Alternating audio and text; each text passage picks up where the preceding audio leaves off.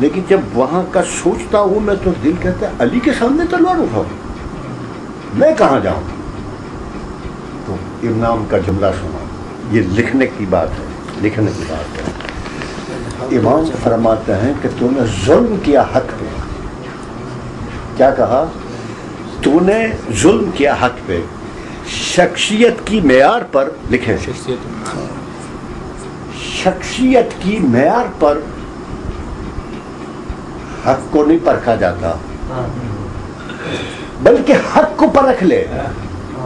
امام فرماتے ہیں حق کو پرکھ لے، پھر دیکھ حق کے ساتھ کون ہے، اس کا ساتھ دے۔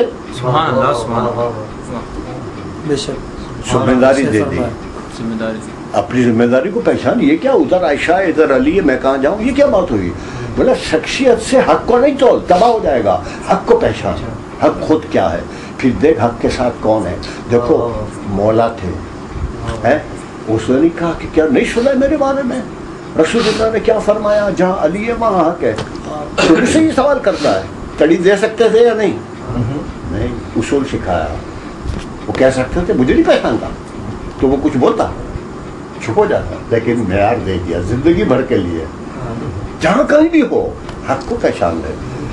آج ہم کو پتا ہے حق کدھر ہے، ہم کو تو یہ پتا ہے دنیا کدھر ہے، رشتہ دار کدھر ہے، پیسہ کدھر ہے، عزت کہاں ہے، ہم اسی کے پیچھے بھاگتے ہیں۔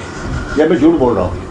بھاگتے نہیں اس کے پیچھے بھائی، ہے یعنی میجورٹی ہم سے مراد ہمارے معاشرے کی لارج میجورٹی دولت کے پیچھے، عزت کے پیچھے، شہرت کے پیچھے، معیار کے پیچھے دنیا کے۔ کسی کو یہ پتا ہے کہ حسین آج کیا مانگ رہے ہیں ہم سے، حسین کا راستہ کون سا ہے، علی کی راہ کون سی ہے، ہم ادھر چلیں گے چاہے کوئی ساتھ دے یا نہ دے؟ ایسا کوئی سوچتا ہے تو کہے گا پاگل ہے، اس کو دنیا میں رہنے کا طریقہ ہی نہیں پتا، کہے گا نہیں۔ واقعی وہ راستہ بڑا تلخ ہے۔ کیسے؟ میں اپنی فلسفے کی آپ کو جو ہے تو کیا افسانے نہیں سنا رہا ہوں، امیر المومنین فرماتے ہیں نہج البلاغہ، امام فرماتے ہیں ایک نو مسلم نے آ کے کہا، یہودی سے مسلمان بنا تھا اور امام کے ہاتھ سے بیعت کی تھی، کہا مولا میں آپ کا پیروکار بنا، میں نے حق کو سمجھا۔ امام نے کہا اچھا، پھر نیچے سے اوپر تک دیکھا، پھر کہا پھر مصیبت کی چادر اوڑھ لو۔ کیا کہا؟ تیار ہو جاؤ مصیبت جھیلنے کے لیے۔ علی کا دین قبول کیا، ویری گڈ، لیکن مصیبتیں آئے گی۔ یہ نہیں کہا میں مشکل کشا ہوں، بس میرا نام لے لینا تیرا بیڑا پار، کوئی مصیبت ٹھہرے گی نہیں، حقیقت بیان کی۔ نہج البلاغہ گواہ ہے، مولا فرماتے مصیبت کی چادر اوڑھ لے۔ علی کا دین لوہے کے چنے ہیں، وہ ہم لوگوں تو ناچتے کودتے نعرہ حیدری کر کے جنت پہ چھلانگ مار دینی ہے، ایسا ہے یا نہیں؟ تو بے عقلی کا مظاہرہ ہے سرتاپا یا نہیں ہے؟ اب جو انسان نہ ہو تو مسلمان کہاں سے ہو سکتا ہے؟ جو مسلمان نہ ہو تو وہ مومن کہاں سے ہو سکتا ہے؟ سمجھ میں آ رہی بات؟ اچھا، ایک جملہ میں آپ کو شروع سے کہہ رہا ہوں، جماعت کی گفتگو کر رہے تھے وہیں سے، کہ دیکھو محمد و آل محمد صلی اللہ علیہ وسلم۔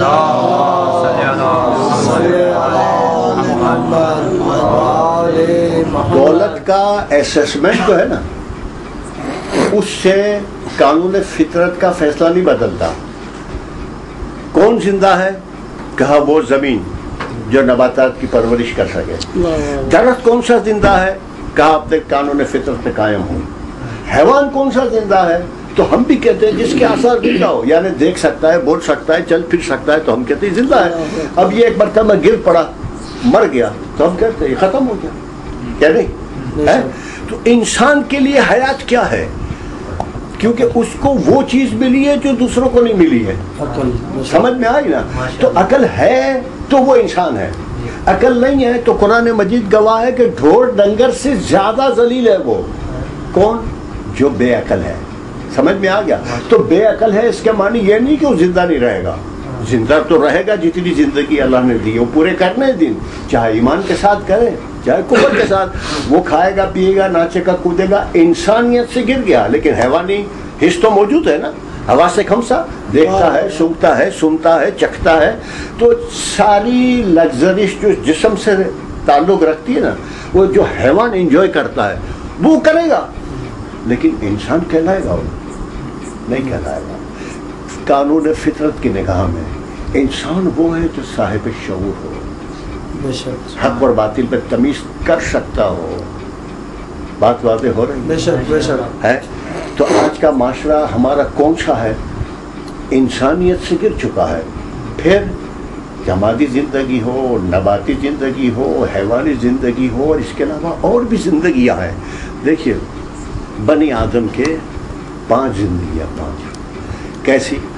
ایک انسان ہوتا ہے جس پہ جمود طاری ہوتا ہے۔ جمود کیا ہے؟ کہ زمین بے حس بے حرکت۔ ایسے بہت سے انسان، بہت کم ہوتے ہیں، ڈھونڈنے سے مل جاتے ہیں، دیکھنے کو، عبرت لینے کو۔ اس کو کچھ بھی نہیں پڑی، شادی شدہ ہے، بال بچے دار ہے، نہ نوکری کرتا ہے نہ کاروبار کرتا ہے، یار ایک سگریٹ دے دینا، یار ایک چائے پلا دینا، یار ایک روٹی کھلا دینا، وہ پڑا ہوا ہے بے حس، کچھ بھی پرواہ نہیں۔ ایسے دیکھے آدمی فٹ پاتھ پہ گھومتے پھرتے، گھر نہیں جاتا ہے، بس ذلیل ذلت کی زندگی گزارتا ہے، بے حس بے حرکت، جمود کی طرح۔ تو ایک گروہ انسان میں یہ ہوتا ہے۔ ایک ہوتا ہے نباتی۔ نباتی کیا ہے؟ نبات کا کام کیا ہے؟ جذب کرنا، ہضم کرنا اور تیزی کے ساتھ پھیلنا۔ جس طرح سے اس کی نسل پھیلتی ہے، حیوان بھی نہیں پھیلا سکتا۔ آپ سمجھ رہے میری بات؟ ایک گٹلی جو ہے نا، کتنے پھل ایک ساتھ دیتی ہے منوں کے حساب سے۔ تو آپ دیکھیے کہ اگر ایک ہو انسان اور اس کی حوث جو ہے نا صرف عورتوں کی حد تک ہو، اور کوئی دماغ میں ہے ہی نہیں، ہر سال ایک کیلنڈر چھاپ رہا ہے، حوث اور بری نگاہ سے سب کو دیکھتا ہے، تو کہنے کو یہ آدم کی اولاد ہے، لیکن حیثیت کے لحاظ سے یہ نباتی زندگی گزارتا ہے، شہوت پرستی کی۔ بات سمجھ میں آ گئی؟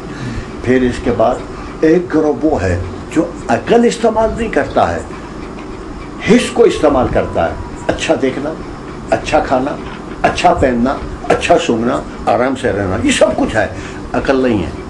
تو یہ جو سب کچھ ہے نا، وہ حیوانی زندگی کے آثار ہیں۔ حیوان بھی یہی کرتا ہے۔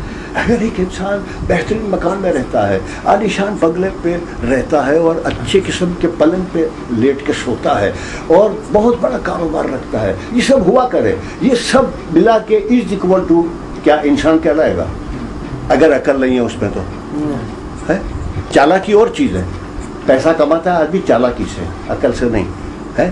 تو آپ دیکھو، میں بار بار آپ کو کہہ رہا تھا، جماعت کی بھی، نماز میں بھی اور حیوان میں بھی، کہ دیکھو دولت جو ہے نا، وہ ایک ایسسمنٹ اپنی جگہ، لیکن اس سے قانون فطرت فیصلے میں نہیں تبدیل ہو جائے گی، کیونکہ چونکہ پیٹرول اگل رہی ہے تو اس کو مردہ نہیں کہنا، ایسا نہیں، وہ مردہ ہے زمین، چاہے کروڑوں ڈالر کا پیٹرول دے۔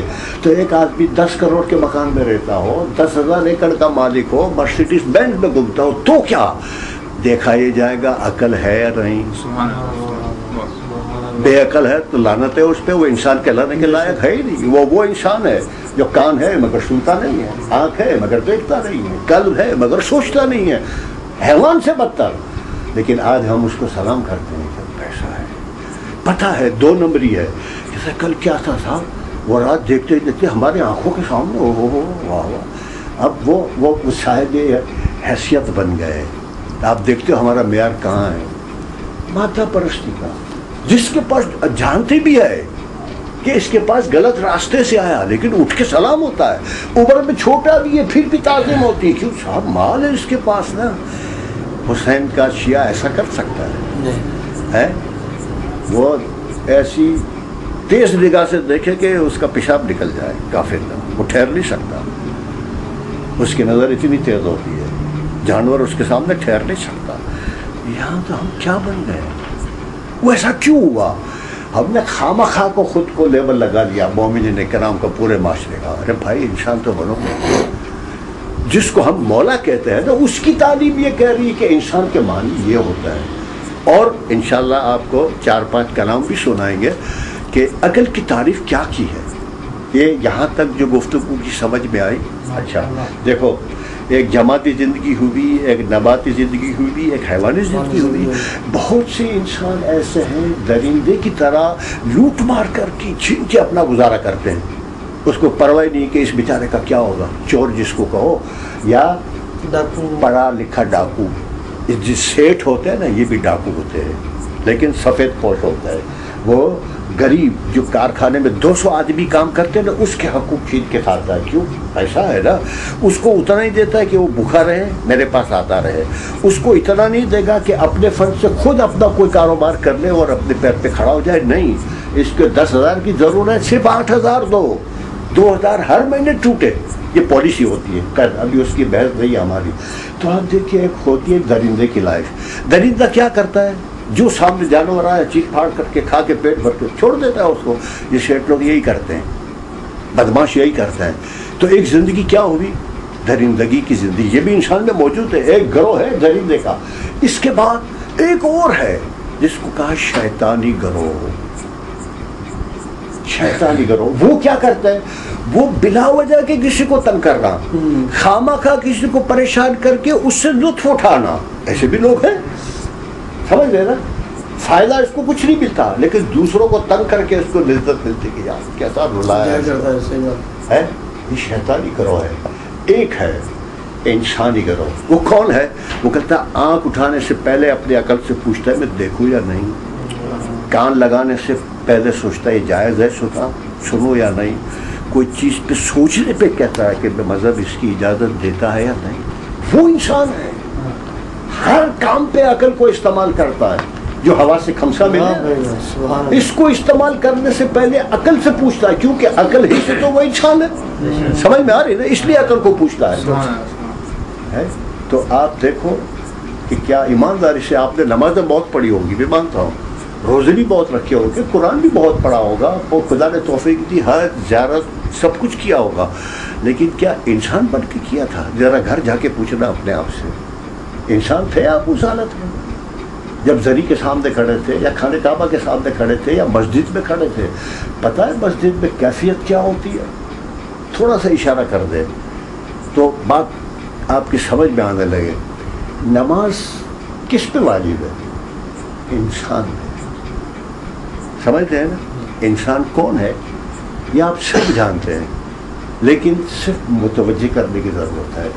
دیکھو اب مثلاً بات کرتے کرتے چل بسا یہاں سے بڑھ گیا ہے, تو گھر والوں کو تو فکر ہوگی نا کہ اتنا ٹائم ہوگا آئے نہیں, پکڑیں گے عابد بھائی کو, ان کو فون کریں گے کیا ہوا, کیا کہیں گے عابد بھائی؟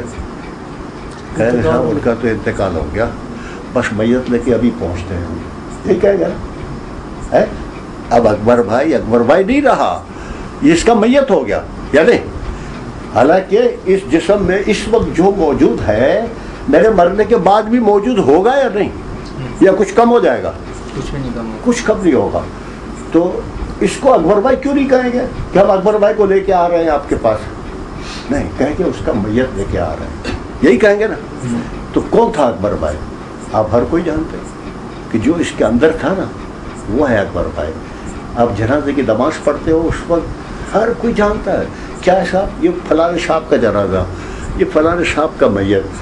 کوئی یہ نہیں کہتا کہ وہ مرے ہوئے پڑے ہیں, ایسا کوئی نہیں بولتا. اس کا تو انتقال ہو گیا, وہ منتقل ہو گئے, یہاں سے گئے دوسری دنیا میں. تو اس وقت ہر کوئی جانتا ہے. کوئی تھا جو چلا گیا, باقی یہ اکبر بھائی نہیں تھا, یہ جسم ہے اس کا ہے, لیکن اس تجربے سے کبھی فائدہ نہیں اٹھایا. بس ہم لوگوں نے ایک پتہ نہیں کتنوں کو دفنا چکے, کتنی میتیں دیکھ چکے, کتنے جنازے اٹھائے, کاندھے دیے.